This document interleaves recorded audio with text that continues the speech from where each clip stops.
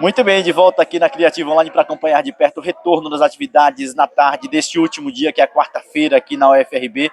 Eu tenho dito que Amargosa é a capital da educação no mundo. Começou na segunda, termina hoje este primeiro seminário da Rede Multi, ampliando aí as políticas públicas relacionadas à educação do campo e, consequentemente, as escolas multisseriadas. É claro que os movimentos sociais não podiam e não ficam de fora desta discussão. Bate-papo agora com a Cosmerina dos Santos Brito.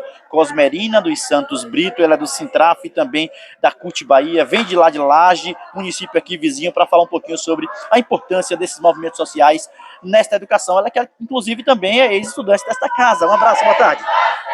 Oi, boa tarde, tudo bem? Boa tarde aos internautas que nos acompanham também de forma online.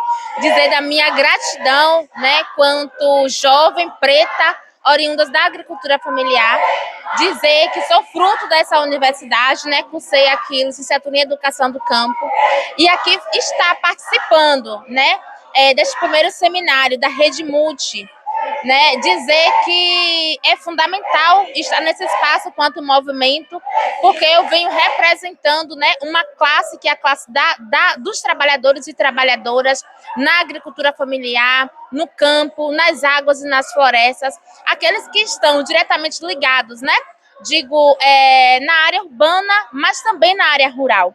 E aí dizer que nesse lugar, né, quanto presidente da associação da comunidade que eu resido, que é na comunidade do Tourinho, presidente na coordenação do Sintraf de Laje, na Secretaria de Juventude, da FETRAF Bahia e da CUT Bahia, mas também aqui no território assumindo a coordenação da Câmara Técnica de Juventude, falar dessa importância para o movimento com relação à educação do campo.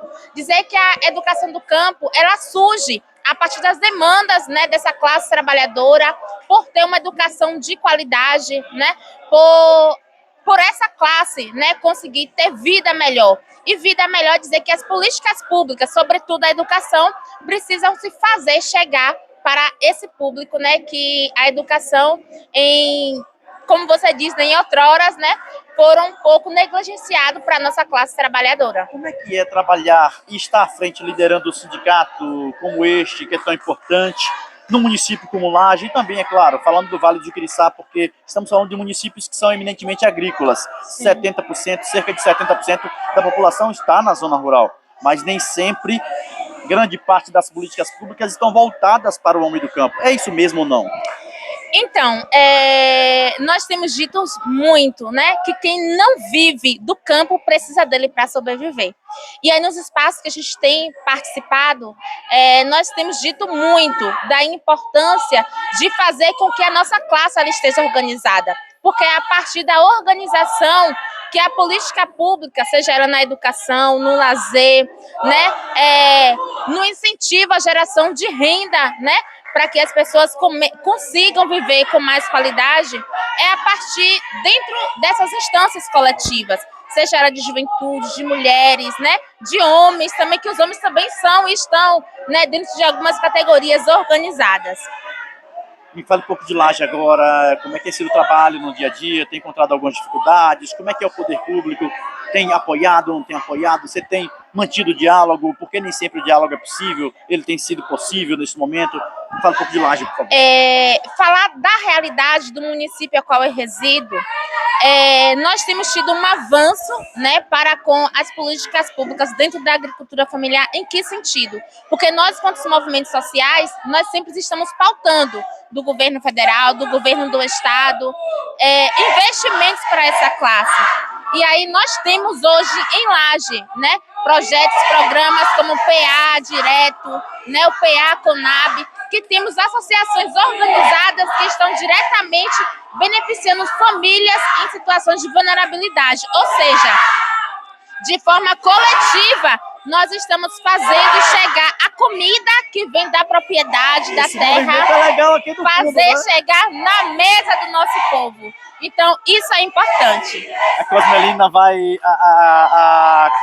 Cosmerina vai falando e esse movimento que acontece aqui no fundo. É legal esse movimento que acontece, porque se não tiver essa sociedade civil organizada, dificilmente as melhoras chegarão. Não dá para ficar imaginando de que os poderes públicos, né, o executivo vai dar nada de mão beijada para ninguém. Então, falar do movimento que nós estamos vivenciando aqui hoje no CFP em Amargosa é dizer que isso é fruto de luta e de resistência, sobretudo das pessoas que advêm, né, do campo, das águas e das florestas. E aí a gente intitula muito como mística. O que é a mística? É trazer a mensagem do nosso meio de vivência, através de um poema, de uma música, de um grito, né, de ordem, palavras de ordem, que diz muito para com a nossa realidade. E aí dizer, mais uma vez, né, que as nossas formas de organizações, sejam elas estando no campo ou na cidade, elas precisam sim existir. Por quê? Os governos que estão a nível de município, a nível de estado e a nível federal, eles só vão conseguir atender as nossas demandas se forem pautadas por nós. E aí ontem nós dialogávamos aqui muito com relação às escolas que estão no e do campo. Em que sentido?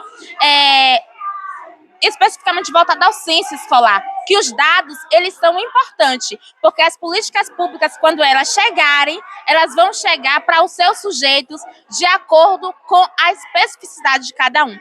Então, a gente ter a classe organizada de forma coletiva é a gente, de fato, conseguir atender essas demandas mediante a realidade que se vive. Assim seja. Muito obrigado pela atenção, viu? Por nada, a gente que agradece, dizer que é a agricultura familiar que põe alimento na mesa de toda a nossa nação brasileira. Como é que é? Se o campo não planta, a cidade não janta. Assim Para finalizar, dizer que toda e qualquer política pública, ela perpassa pelo processo educacional, seja ela nos espaços formais ou não formais. E assim a gente agradece um evento maravilhoso, né, que a UFRB tem nos proporcionado, colocando, claro, os desafios para com as escolas do campo, das águas e das florestas, sobretudo nas classes multisseriadas, mas também as possibilidades, porque nós temos agora à tarde, né, várias apresentações de professores que estão ali diretamente dialogando com a base, com os alunos e conseguindo fazer essa relação com o chão da realidade. Isso é importante, isso é empoderamento, isso é respeito, sobretudo com a identidade.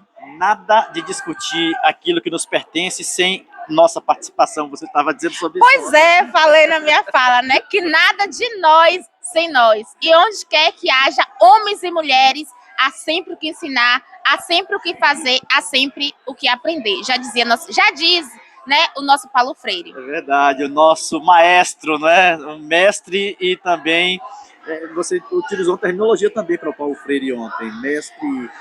Então, o que eu falei ontem com relação ao nosso maestro, né, Paulo Freire, é que ele diz muito que para a gente transformar uma sociedade, as pessoas que elas precisam se permitirem, né, a esse processo de transformação.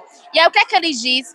Que a educação, ela transforma pessoas e são as pessoas que se permitem a transformar o mundo a partir das suas ações. Muito bem, bate-papo bacana aqui, nós seguimos juntos, com os pés no chão e o coração onde for preciso.